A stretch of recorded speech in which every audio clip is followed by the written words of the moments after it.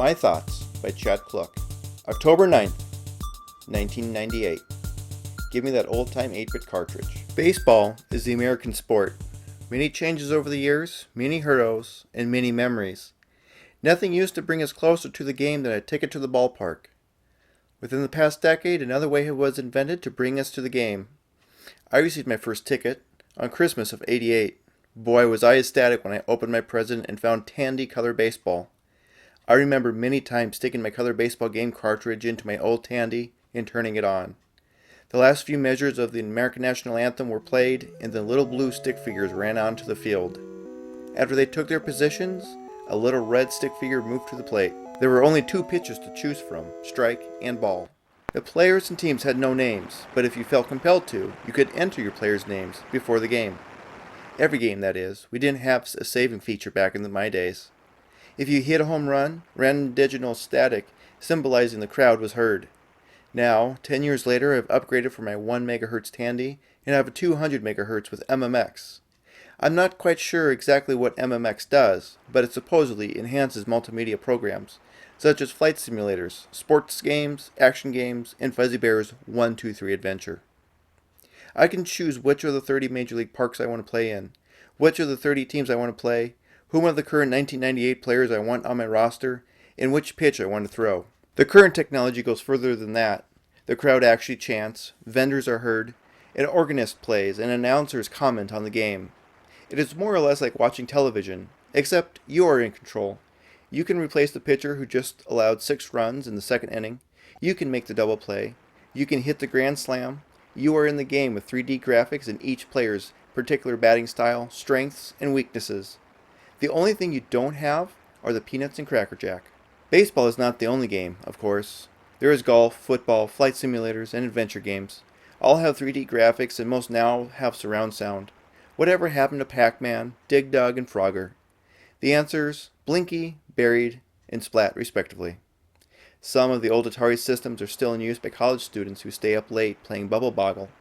I never had an Atari or a Nintendo when I was a kid, but I had arcades and my Tandy computer. My favorites were Color Baseball, Stellar Lifeline, Dig Dug, and Pac-Man. I had friends who were able to expose me to Pole Position, Missile Command, Berserk, Mario Brothers, and Duck Hunt, though. I was a favorite person to play against because I had no experience with these games. In Mario Brothers, I was left to sit and watch as the other player made it to past the first 500 levels. Of course, there is one thing the games of the 80s did not have that today is found everywhere. There are children, teen, kids to adults, mature, and a few others. The gore is more, limbs fly, blood splatters, you know, the normal everyday thing. Maybe the classics were good because they were for all ages. When you blew up the enemy, a point or token was displayed.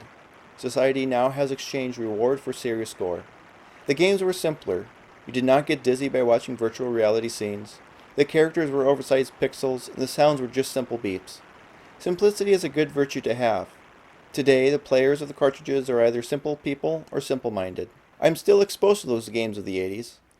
My simple friends who say, "Give me that old 8-bit cartridge," and I am left to wonder, why would you play an 8-bit game on a 200 MHz computer? Crazily enough, an underground industry of bootlegging has made it possible to play these games of yesterday today. Anyone without an old system is able to go to an internet site, download an emulator, a basic program that allows you to play other programs, and then the program that they want to play. Spy vs. Spy, Pong, Nexus, whatever. I don't know. I'm pretty complex. Give me that new virtual reality if you want to play with me. So what you just heard me read is from my book, I Think Therefore I Am, a collection of my thoughts.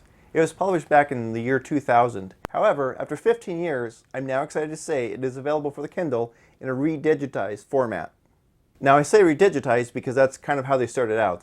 I started writing them back in 1997. Here is a chance for readers to again experience what the author's email correspondence enjoyed before blogging and social media became mainstream and tedious.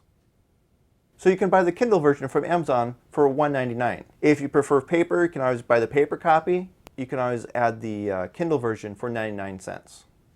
It's kind of like a buy one, get one half off. I'll add a link to it below, and as always, thank you for watching.